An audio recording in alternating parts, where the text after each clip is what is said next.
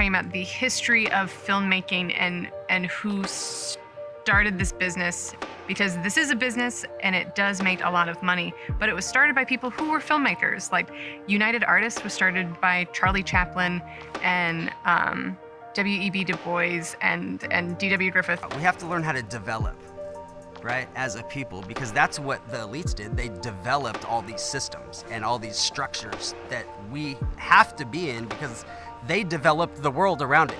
So we have to develop businesses and communities and stuff because that's the only way. But it was started by filmmaker guys. Paramount was started by somebody who owned movie theaters and was a film producer and filmmaker. So these were all creative-minded people and filmmakers who started this. Okay, we can go strike, but we have to be building businesses and working together, and even as simple as liking each other's things and people don't even want to repost each other. How are you going to develop and create and take over? Where this industry needs to go is it needs to go into the hands of the creatives. We really need the people in charge of the creativity to also be in charge of the stuff that isn't as fun to be in charge of, the stuff that maybe we're not quite usually as good at. There are some of us who know how to do it. There are some of us who really could step into it. It's now being run by people who are tech bros and tech-minded people and money-minded people. And it's not that, obviously this fight is also about how money is important, but they misunderstand the fundamentals of what has made this business successful. And I think it would be a huge mistake to let these men applaud themselves and reward themselves and continue on this path that they are on because they don't understand it. My optimism always lay with the creatives, because I always find creatives always find a way. I mean, we've seen the evolution in technology since the conception of cinema, since silent era gave way to sound, since the studio system gave way to independence, and then we have these broader conglomerates that have taken over since.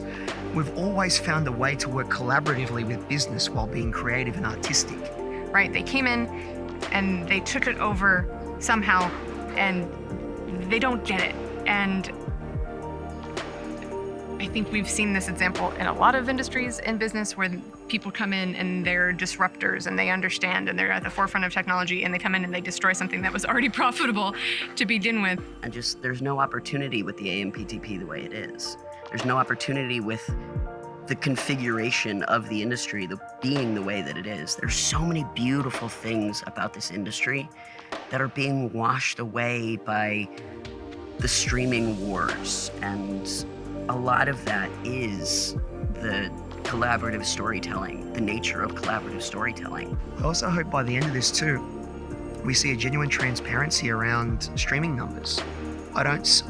Steven Soderbergh said Thursday, he said they don't want to share the numbers because they're either making much more money than they're letting on, or they're making much less money than they're letting on. If there was a middle ground, we would know, but it's either one or the other. It's just like how can you expect the corporate people to even care? They don't. I just really hope that the AMPTP recognizes that what they're doing is not just affecting the industry as a whole, it's affecting people. It's affecting families. It's affecting the tourism that comes to Los Angeles.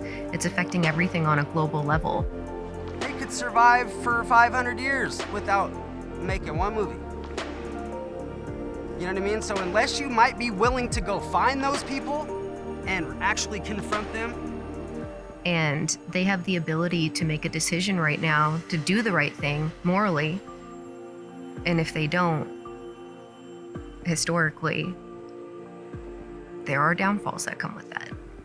You know, and I don't want to promote violence either, but sometimes making a telephone call or doing something might not be enough. You know, and this might not only be for the film. This is going to be for everybody. I always knew the AMPTP were snakes. The snarky, underhanded, Machiavellian bullshit that we're seeing from the AMPTP, from a collective of individuals who are supposed to represent the most successful business minds in our business, and they're resorting to this underhanded, silly, bitchy, leaking to the press attitude. I guess I knew how evil they were, but I was surprised at how evil they could even get, you know? And you would think that with a global event like a pandemic, people would show some empathy and humanity. But if anything, the world in general, and especially these corporations, these rich people, have just, all they see are dollar signs. That's it. And it's just like, I was raised better than that. And I would hope that maybe they would have that in their hearts too. I don't understand how you can say something like you're okay with people losing their houses and knowing that that's your community and knowing that those are the backs that you're building your success off of and not understand why that's a problem.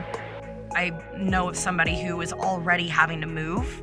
I don't understand and how in good conscience they think this is okay. Because there's no work coming in. It's not okay. I talk to community members and they are losing their incomes by the thousands. And, there's only so much that, all of our support funds can help. How are we supposed to want to go back to that table, knowing what they think of us, knowing how little they think of us? It's not because the writers wanted to go on strike. Nobody wanted to go on strike. We are writers, we're introverts. This was a scary time at the beginning for us, but now we're family. Knowing their blatant disregard for our life, liberty, happiness, health. If they are for the consumers, if they are for the writers, if we are supposed to be working for them, why aren't they working with us? I don't understand how the AMPTP can, in good conscience and in good faith, allow this to go on as long as it has, and knowing that it is the labor that fills their paychecks.